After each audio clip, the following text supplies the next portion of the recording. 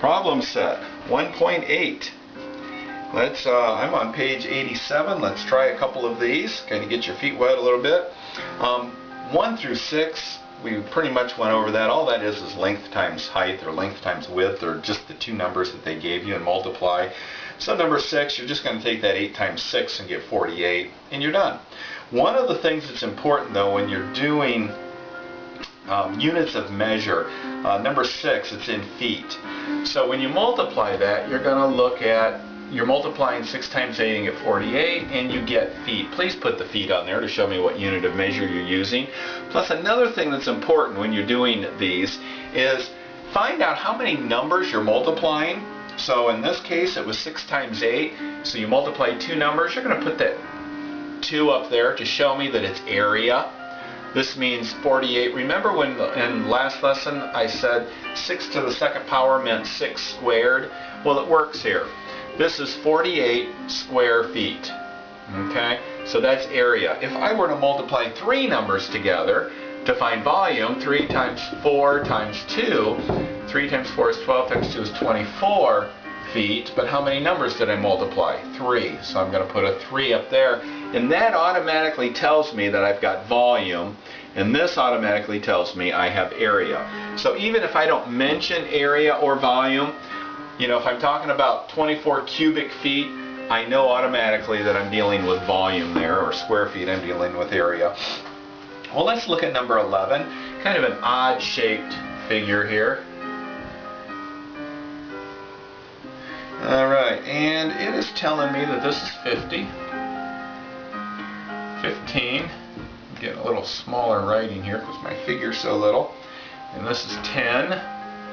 And this is 25. Sometimes it gets confusing to know which numbers are representing the lengths of which areas. So anyway, just look through there and try to keep yourself from getting too confused when they give that to you.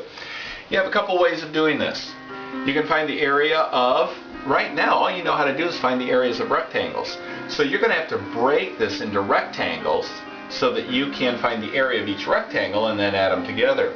So what some folks do is they will break this into a rectangle, this into a rectangle, find the area of this, the area of this, and the area of this, and then add them together. I personally like the idea of finding the area of this rectangle and then take the area of this rectangle and subtract it. It's easier for me. It doesn't really matter which one you use. Just break it into rectangles and either add them together or take the huge one and subtract. So in this one I would take 50 times, well, this is 25 and 15, so that's 40. So I've got 25, 35, 40, and that's 50. So 50 times 40 would end up giving me 2,000, and then I would subtract 30 times 10, so I would subtract 300 from that, and that would give me 1,700 square feet because I'm doing area. So anyway, that would be how you would find area.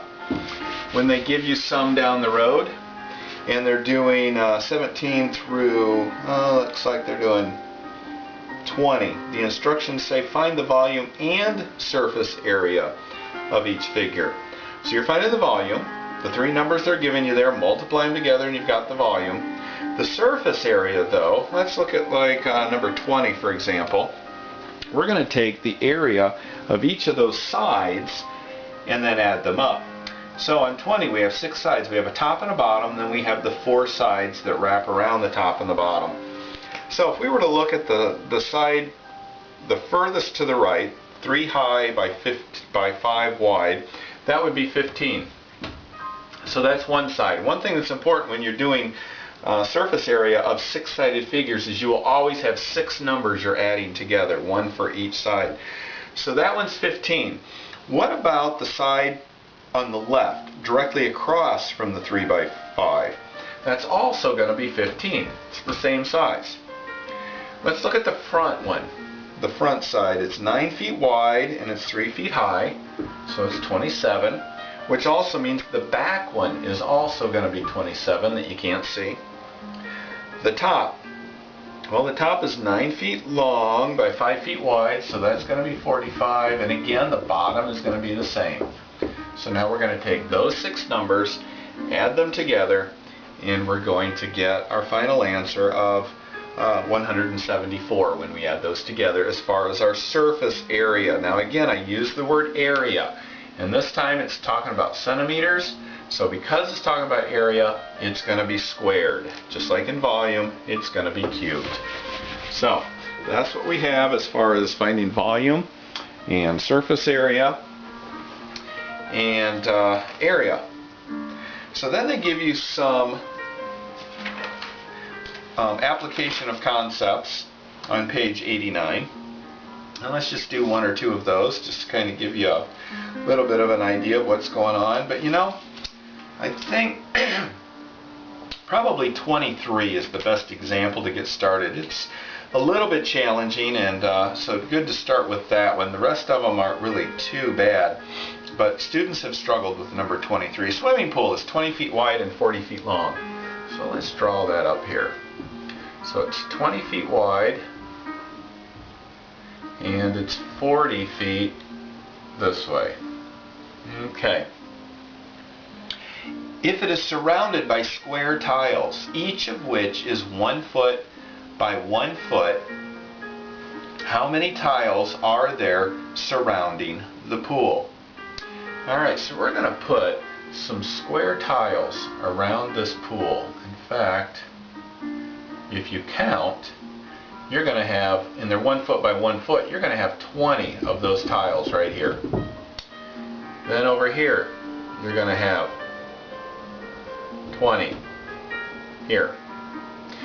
And you're going to have 40. Let me erase these. I don't know why I put those up there yet. And here you're going to have 40 square tiles all the way across here. And down here you're going to have another 40. So I've got 40 here and 40 here. So I have 80. I have 20 here and 20 here. So I'm going to have another 40. 20 plus 20 is 40, which is going to give me 120 tiles. Okay, all well and good. Problem is I'm missing these corner tiles. So I'm going to have to put a tile here, here, here, and here to make it rectangle.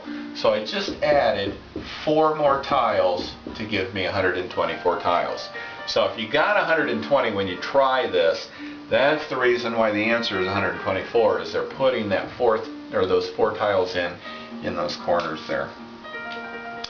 A lot of the information they're going to give you in the story problem is just random bits of trivia that don't have anything to do with the problem. For example, number 30 says the stamp shown here was issued in 2001 to honor the Italian scientist Enrico Fermi.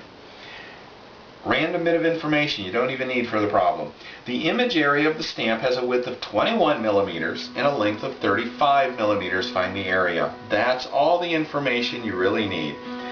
21 wide, 35 long, multiply the 2 together, and you get your area. So that's it for examples for problem set 1.8.